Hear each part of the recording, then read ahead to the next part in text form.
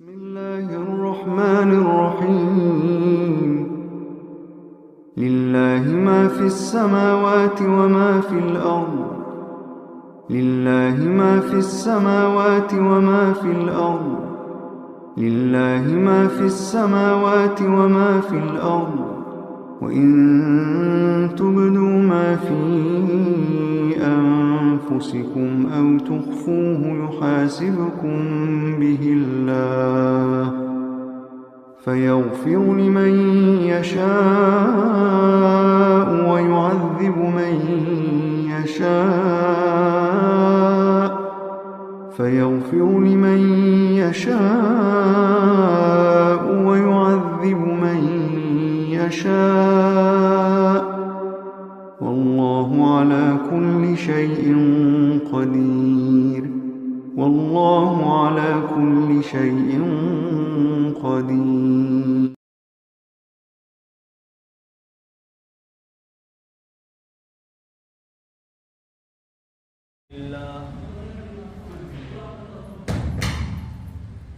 الحمد لله نحمده ونستعينه ونستغفره ونؤمن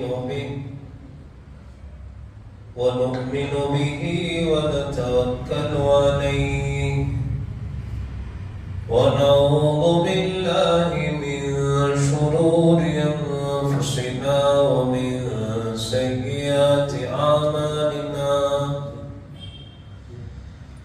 من يهده الله فلا مضل له ومن يضلله فلا هادي له ونشهد أن لا إله إلا الله وحده لا شريك له ونشهد أن سيدنا ومولانا محمدا عبده ورسوله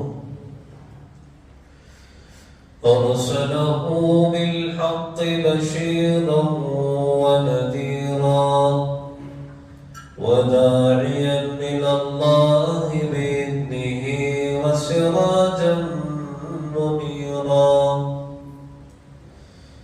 فقد قال الله تبارك وتعالى في كلامه المجيد فأعوذ بالله من الشيطان الرجيم بسم الله الرحمن الرحيم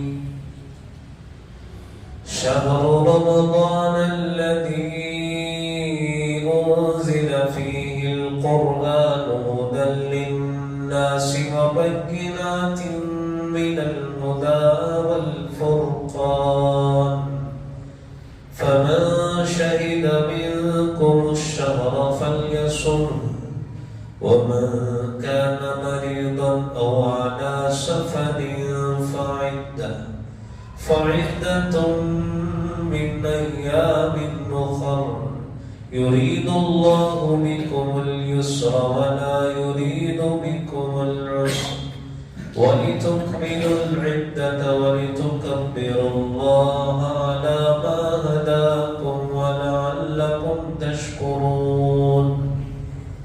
وقال النبي صلى الله عليه وسلم إن الله يرفع بهذا الكتاب أقواما ويضع به آخرين أو كما قال عليه الصلاة والسلام صدق الله العظيم وصدق رسوله النبي الكريم ونحن على ذلك لمن الشاهدين والشاكرين والحمد لله رب العالمين.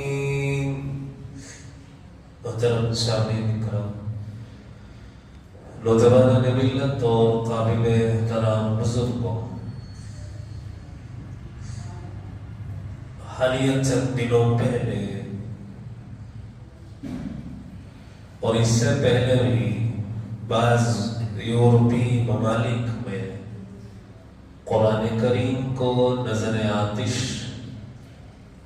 کرنے کی افسوسناک اور قابل مذمت حرکتیں دیکھنے اور سننے میں آئی. اس کی جتنی نندا کی جائے، جتنی اس کی تنقید کی جائے کم ہے، اور اس کے خلاف جتنی آواز اٹھائی جائے کم ہے. اس لیے کہ اس کا نقصان یہ ہوتا ہے کہ بین المذاہب آپس میں ایک دوسرے مذہب کے ماننے والے لوگوں میں نفرتیں، عداوتیں مزید بڑھ جاتی ہیں، دوریاں اور زیادہ ہو جاتی ہیں، اور ایک دوسرے پر اعتماد بالکل ختم ہو جاتا ہے. یہ عالمی یورپی ناپاک سازشیں ہیں جس کا نقصان اور جس کا خمیازہ سارے عالم میں بسنے والے لوگوں کو نفرتوں، عداوتوں کی شکل میں اٹھانا پڑتا ہے. اس لیے اس کے خلاف آواز اٹھائی جانی چاہیے. انفرادی طور پر بھی اس کے خلاف آواز اٹھے اور اجتماعی طور پر بھی اس کے خلاف آواز اٹھے، اور عالمی برادری اس کو نوٹ میں لے. یہ جو حرکتیں ہو رہی ہیں جس سے مسلمانوں کے دلوں کو ٹھیس پہنچائی جا رہی ہے، اس کے خلاف آواز اٹھائیں اور کڑی کارروائیاں ان لوگوں کے خلاف ہو. اور بولنے کی آزادی کی بھی ایک حد ہونی چاہیے. فریڈم آف سپیچ، اس کا مطلب یہ نہیں کہ آپ کسی بھی مذہب کے ماننے والوں کو، کسی بھی مذہب کے ماننے والوں کے خداؤں کو، یا کسی بھی مذہب کے ماننے والوں کی آسمانی یا غیر آسمانی کتابوں کی تذلیل کریں. ظاہر سی بات ہے کوئی بھائی اپنے دوسرے بھائی کی تذلیل برداشت نہیں کر سکتا، اور اگر کوئی بھائی کو گالی دے کر یہ کہے کہ یہ فریڈم آف سپیچ ہے، مجھے تمہارے بھائی کو گالی دینے کا قانون نے، آئین نے حق دیا ہے، تو ظاہر سی بات ہے کوئی بھی اسے اس قانون کا ناجائز فائدہ اٹھانے کا موقع نہیں دے گا. بلکہ اگر قانون خدا نخواستہ فائدہ اٹھانے کا موقع دے دے تو بھائی نہیں دے گا.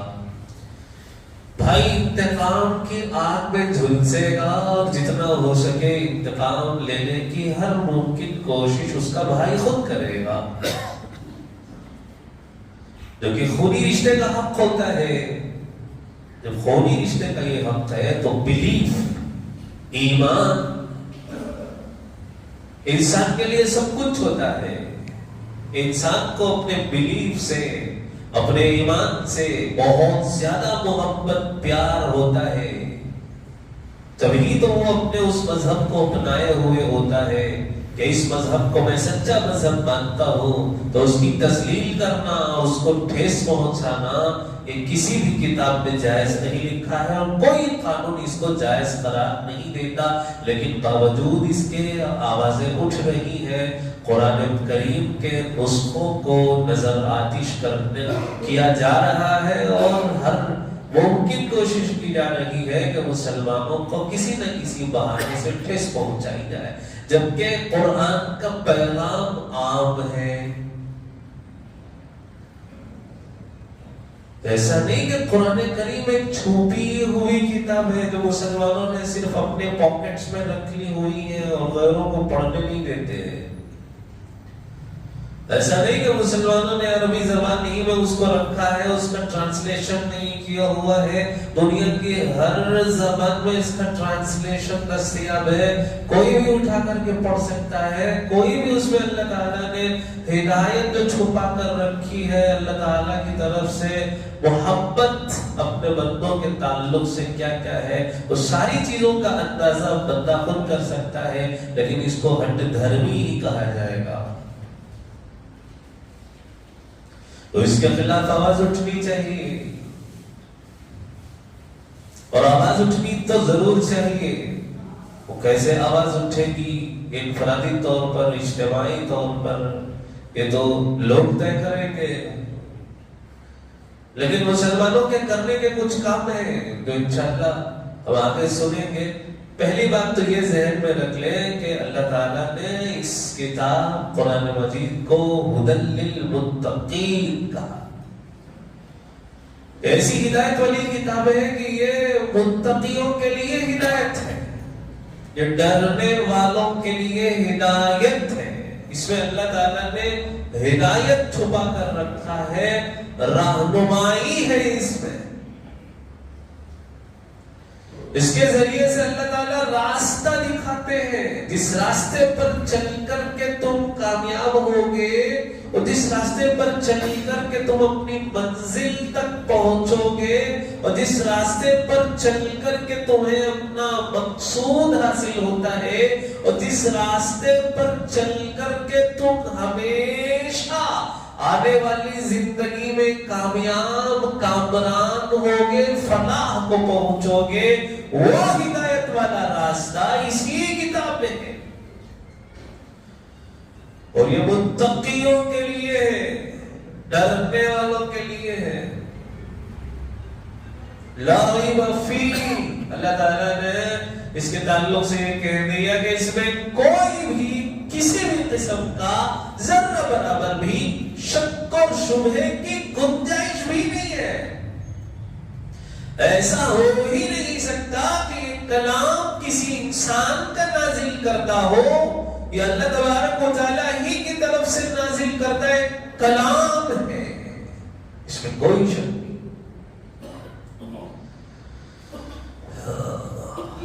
پہلی آیتیں اقرأ باسم ربک الذی خلق، پڑھو اس اللہ کے نام سے جس نے تخلیق کی۔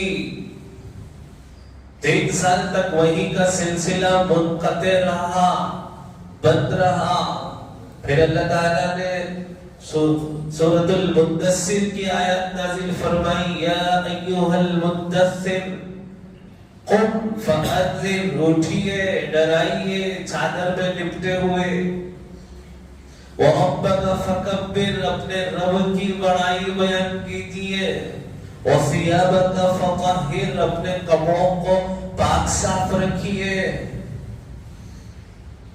ایک طرف قرآن پڑھنے کا حکم دے رہا ہے، ہر طرح کی تعلیم حاصل کرنے کا حکم دے رہا ہے، دوسری طرف قرآن مجید پاک صاف رہنے کا حکم دے رہا ہے۔ ایک مرتبہ میں اللہ تعالیٰ نے لوح محفوظ سے آسمان دنیا پر مکمل رمضان المبارک کے مہینے میں لیلۃ القدر میں اللہ تعالیٰ نے اس کلام کو نازل فرمایا، اور 23 سال کے عرصے میں وقتاً فوقتاً جن جن آیات کی ضرورت رہی، اللہ تبارک و تعالیٰ قرآن مجید کو پورے 23 سال میں 10 سالہ اور 13 سالہ مکی مدنی زندگی میں برابر بتدریج اس کو اللہ تعالیٰ نازل کرتے رہے۔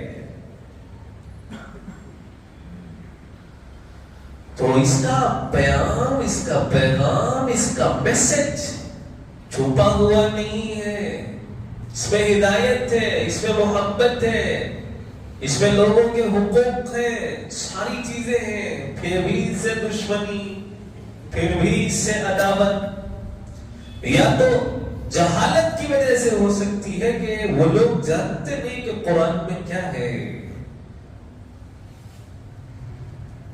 یا مس ریپرزینٹ کیا گیا ہے، ان کا برین واش کیا گیا ہے، ان کو قرآن کے تعلق سے غلط تصویر ان کے سامنے رکھی گئی ہے کہ یہ ایسا ہے ویسا ہے، جس کی وجہ سے لوگ اس سے دشمنی کرنے پر تلے ہوئے ہیں اور اس کے نسخوں کو جلانے کی ناپاک کوشش کرتے ہیں۔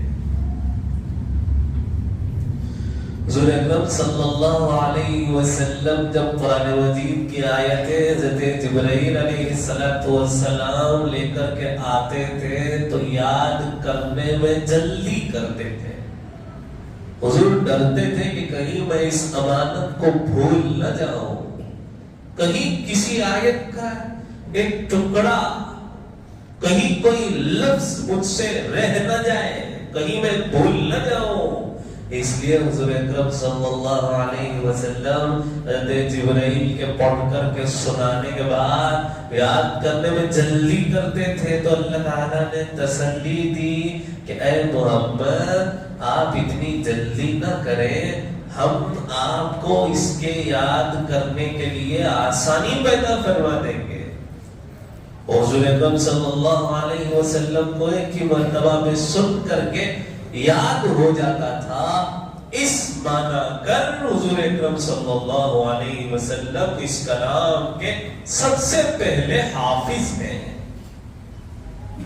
اللہ تعالیٰ نے تسلی دی، اور ایسا نہیں کہ صرف یاد کر لیے چھوڑ دیا۔ صحابہ اکرام رضی اللہ عنہم اجمعین کو حضور اکرم صلی اللہ علیہ وسلم ان آیتوں کو یاد کرواتے تھے، صحابہ یاد کرتے تھے۔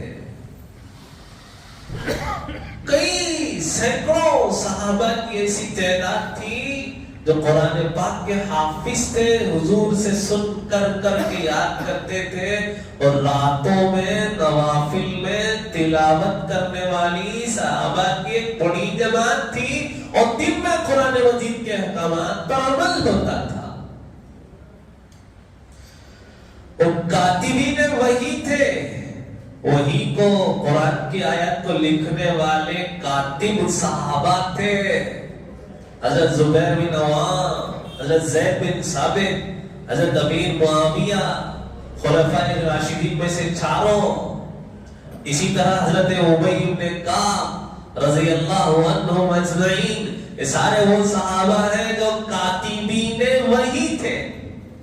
وحی نازل ہوتی تھی، لکھتے تھے، اور اس زمانے میں لکھنے کے لیے نہ آج کی طرح کے کاغذ ہوتے تھے، نہ ہی وہاں ٹائپ رائٹرز ہوتے تھے، نہ ہی وہاں کمپیوٹرز ہوتے تھے، نہ ہی وہاں ٹائپنگ ہوتی تھی۔ کھجور کے پتوں پر، کھجور کی شاخوں پر، پتھروں کی سلوں پر، جانوروں کی ہڈیوں پر، بانس کے ٹکڑوں پر صحابہ اکرام لکھا کرتے تھے قرآن مجید کو، اور وہی ان کی کاپیاں تھی، وہی ان کے دفتر تھے، اسی میں لکھ کر کے یاد کرتے تھے۔ باقاعدہ لکھا گیا، باقاعدہ یاد کیا گیا، باقاعدہ محفوظ کیا گیا، باقاعدہ حفظ کیا گیا، اور پورے انتظام کے ساتھ اس کو محفوظ کیا گیا، لوگوں تک پہنچایا گیا۔ اسی وجہ سے آج تک 1450 سال کے آس پاس گزرنے کے باوجود بھی کوئی اس میں چھیڑ خانی کر نہیں سکتا، کوئی اس کی ایک آیت کے کسی ایک لفظ کو حذف نہیں کر سکتا۔ حفاظ کو ہوتے ہی ہے، رمضان المبارک کا مہینہ آتا ہے، سامع ہوتے ہیں، سن رہے ہوتے ہیں،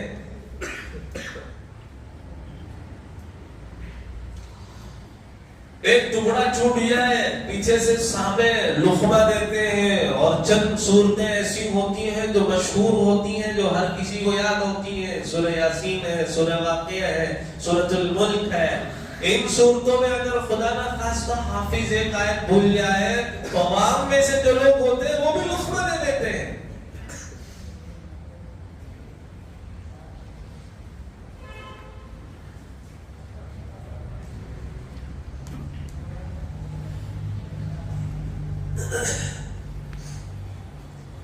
ارے لفظ تو چھوڑیے، زبر زیر پیش بھی ہو جائے نا، آگے پیچھے، نماز کے بعد لوگ پکڑ لیں گے کہ آپ نے زبر زیر پیش میں کمی کوتاہی کر دی، جہاں زبر تھا وہاں زیر کر دیا۔ ارے اور تو اور جب علماء ہوتے ہیں، جب قراء مسلیان ہوتے ہیں نا، تو اگر کسی لفظ کو زیادہ کھینچ لیا تو بھی پکڑ لیتے ہیں کہ آپ نے زیادہ کھینچ لیا، وہاں 3 الف کی مقدار کھینچنا چاہیے تھا، آپ نے 4 کر لیا، 3 الف کی مقدار کھینچنا تھا، آپ نے 1 الف کر لیا، اگلی بار سے جب آپ تلاوت کریں تو 3 الف کی مقدار کھینچ لیں. اتنا محفوظ کیا گیا ہے قرآن کریم کو، اور اس انداز سے اللہ تعالیٰ نے اس کی حفاظت کا انتظام کیا ہوا ہے کہ مومن کے دلوں میں، ہر مومن کے دل میں اس کی محبت بستی ہے، اور حفاظ کے سینوں میں یہ پورا قرآن بستا ہے. کھجور کے پتوں پر لکھا جاتا ہے، ایسے اس کو محفوظ کیا گیا. حضرت ابو بکر صدیق رضی اللہ عنہ کے زمانہ خلافت میں کئی نسخے ہو گئے تھے، کئی صحابہ لکھتے تھے، ان کے پاس سے قرآن کا نسخہ ہے، ان کے پاس سے قرآن کا نسخہ ہے، ان کے پاس سے قرآن کا نسخہ ہے، ان کے پاس سے صورتیں ہیں، ان کے پاس سے آیتیں ہیں. حضرت عمر رضی اللہ تعالیٰ عنہ نے متوجہ فرمایا کہ امیر المؤمنین اس کو جمع کر دیں. حضرت صدیق اکبر رضی اللہ عنہ کہنے لگے جو کام میرے آقا نے نہیں کیا وہ میں کیوں کروں، اگر کرنا ہوتا حضور کر دیتے. پہلے تو انکار کیا، پھر کہنے لگے اللہ تعالیٰ نے میرے سینے کو کھول دیا ہے، مجھے شرح صدر ہو گیا ہے، چلیے مسلمانوں کی ایک جماعت کو جو قرآن ہو، جو حافظ ہو، ان کو اس بات پر معمول کیا گیا کہ اس کو محفوظ کرے. حضرت زید بن ثابت رضی اللہ تعالیٰ عنہ کی زیر نگرانی یہ کام انجام پایا. وہ قرآن کے نسخے ہوئے. پھر حضرت عمر رضی اللہ عنہ کا زمانہ ہے اور لوگ تلاوتیں کرتے تھے. ہمارے علاقوں میں قاری صاحب نے 7 طریقوں سے قرآن پڑھا جاتا ہے، کسی اور طریقے سے قرآن پڑھا، جو کہ آپ مجمع میں نہیں ہونا چاہیے، آپ مساجد میں نہیں ہونا چاہیے. جہاں علماء کا مجمع ہوتا ہے، جہاں مدارس ہوتے ہیں، وہاں اکثر قراء دوسرے انداز سے بھی قرآن پڑھتے ہیں. اور پیچھے اہل علم ہوتے ہیں، وہ جانتے ہیں کہ یہ بھی قرآن کا پڑھنے کا طریقہ صحیح ہے، تو لوگ سمجھتے ہیں، ان کو علم ہوتا ہے. لیکن ایک ساتھی نے، قاری صاحب نے عام مسجد میں مصلیوں کے سامنے قرآن پڑھ دیا دوسرے طریقے سے، تو نماز کے بعد سب نے امام صاحب کو پکڑ لیا کہ آپ نے غلط قرآن پڑھا. ایسا لگاؤ قرآن سے ہے کہ زبر زیر پیش میں بھی اگر آگے پیچھے ہوا تو لوگ نہیں چھوڑیں گے. تو لوگ الگ الگ طریقے سے قرات کرنے لگے تھے، الگ الگ طریقوں کی قراتوں کو اپنانے لگے تھے، اور ایک قرات کرنے والے دوسرے قرات والوں کو غلط کہتے تھے کہ ہم صحیح کہہ رہے ہیں، آپ صحیح پڑھ رہے ہیں، آپ غلط پڑھتے ہیں.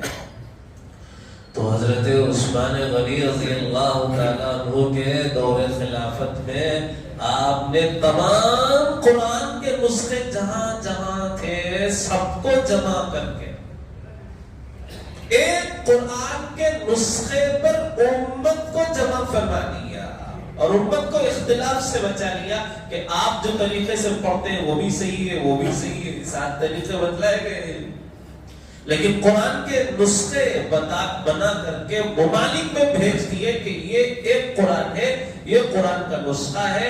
اس کو حضرت زید بن ثابت اور کاتبین وحی اور صحابہ کرام رضی اللہ عنہ اجمعین نے تمام حفاظ کو اپنے ساتھ رکھ کر کے ٹیم کی شکل میں اس نسخے کو بنایا گیا ہے. یہی نسخہ رہے گا.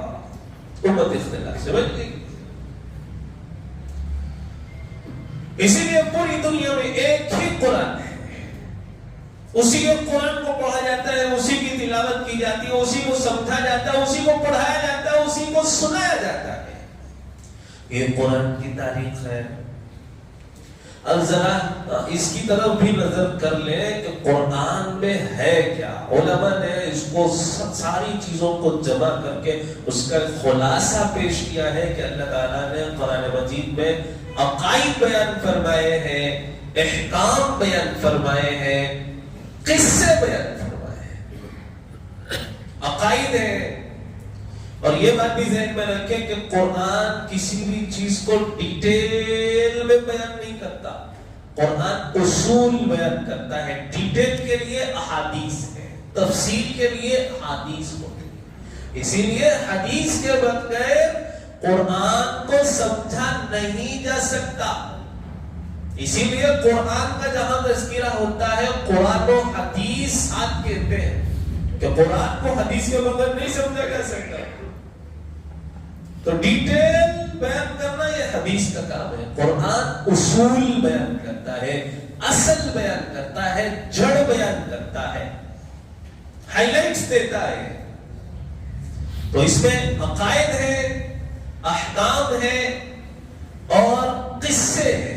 عقائد میں توحید ہے، رسالت ہے، آخرت ہے، یہ ساری چیزیں آتی. ایک مسلمان کا عقیدہ کیا ہونا چاہیے؟ توحید کس کو کہتے ہیں؟ رسالت کس کو کہتے ہیں؟ آخرت کیا ہے؟ جنت جہنم قیامت کیا ہے؟ انبیاء کتنے آئے، کس کس کا کیا مشن تھا، انبیاء کا مقام کیا ہے؟ رسالت اس کو کہتے ہیں. توحید صرف اور صرف اللہ تعالیٰ کی عبادت کرنا، کسی اور کو اس کی ذات اور صفات میں شریک نہیں کرنا، یہ توحید کہلاتا ہے. یہ ساری چیزیں آتی ہیں عقائد میں. فرشتے کون، کتنے، ان کا مقام کیا. اسی طریقے سے اللہ تعالیٰ کی آسمانی کتابیں، صحیفے، روز قیامت اٹھایا جانا، عذاب قبر، ثواب قبر، جنت جہنم، یہ ساری چیزیں عقائد میں آتی ہیں اور عقائد کے ذیل میں آتے ہیں توحید، رسالت، آخرت. اور دوسری چیز ہے احکام. اللہ تعالیٰ نے کئی طرح کے احکام اس قرآن مجید میں نازل فرمائے ہیں. احکام عبادت کے، نماز، روزہ، حج، زکات، اس کے احکام کیا کیا ہے سارے نازل فرمائے ہیں.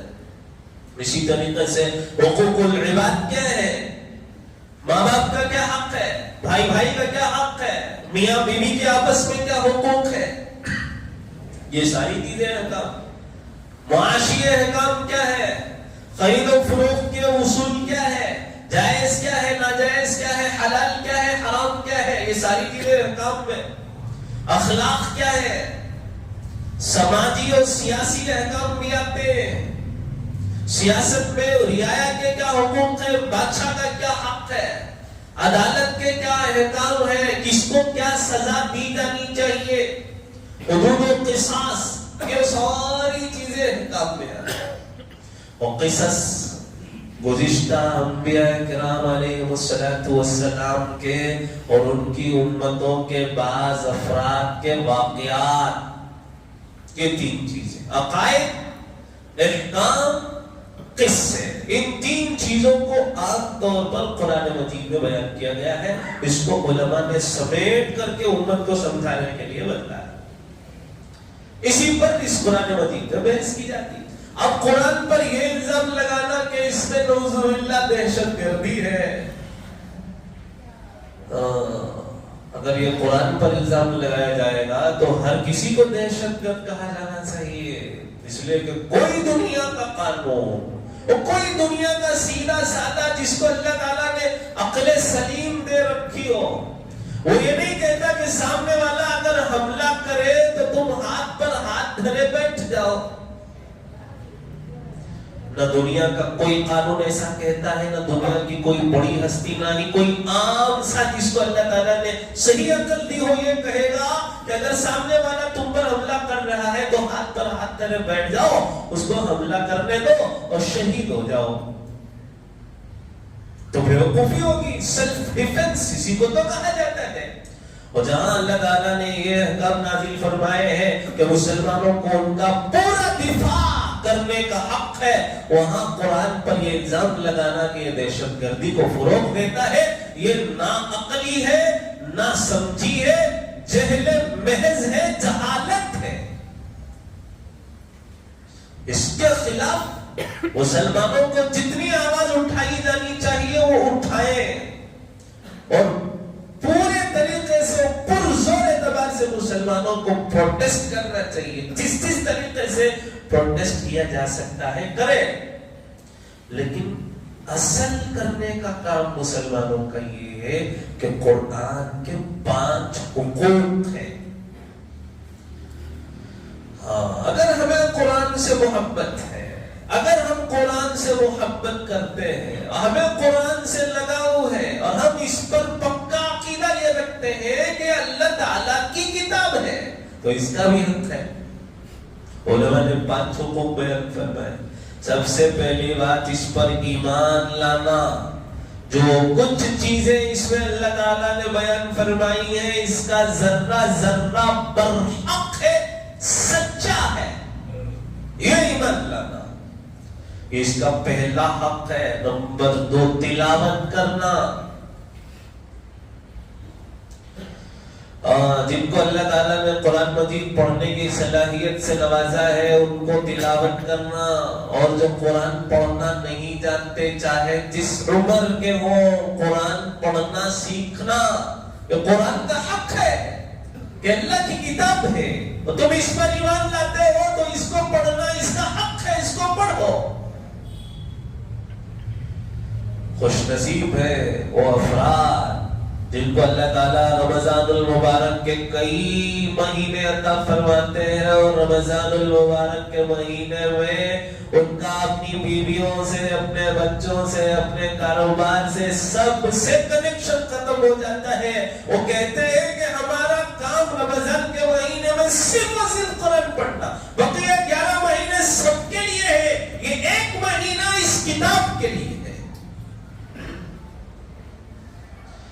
اسی لیے حضور اکرم صلی اللہ علیہ وسلم نے ارشاد فرمایا کہ اگر کوئی اس قدر تلاوت میں مگن رہتا ہے کہ تلاوت کی وجہ سے اس کو مانگنے کے لیے دعا کرنے کے لیے وقت نہیں ملتا تو اللہ تعالیٰ دوسرے مانگنے والوں سے زیادہ اس کو دے دیتے ہیں. کہ میری ہی کتاب پڑھ رہا ہے, اسی کی تلاوت کر رہا ہے, اسی سے اس کو محبت ہے, تو جو لوگ مانگ رہے ہیں اس سے زیادہ اس کو دینا یہ میرا حق ہے. تلاوت کرنا رمضان کے مہینے میں ابھی سے ٹارگٹ بنا لے ہیں کہ آنے والے رمضان مجھے اتنے قرآن مکمل کرنے ہیں, اتنا ٹرانسلیشن علماء کی نگرانی میں پڑھنا ہے, اتنے تفسیر کے حلقوں میں بیٹھنا ہے. سمجھ لیں یہ دوسرا حق ہے. تیسرا غور و خوض کرنا. یہ قرآن کا حق ہے. صرف پڑھ لیا سمجھ نہیں سکتے, یہ بھی پورا حق ادا نہیں ہوا. اللہ تعالیٰ نے میسج کیا دیا اس کو سمجھے.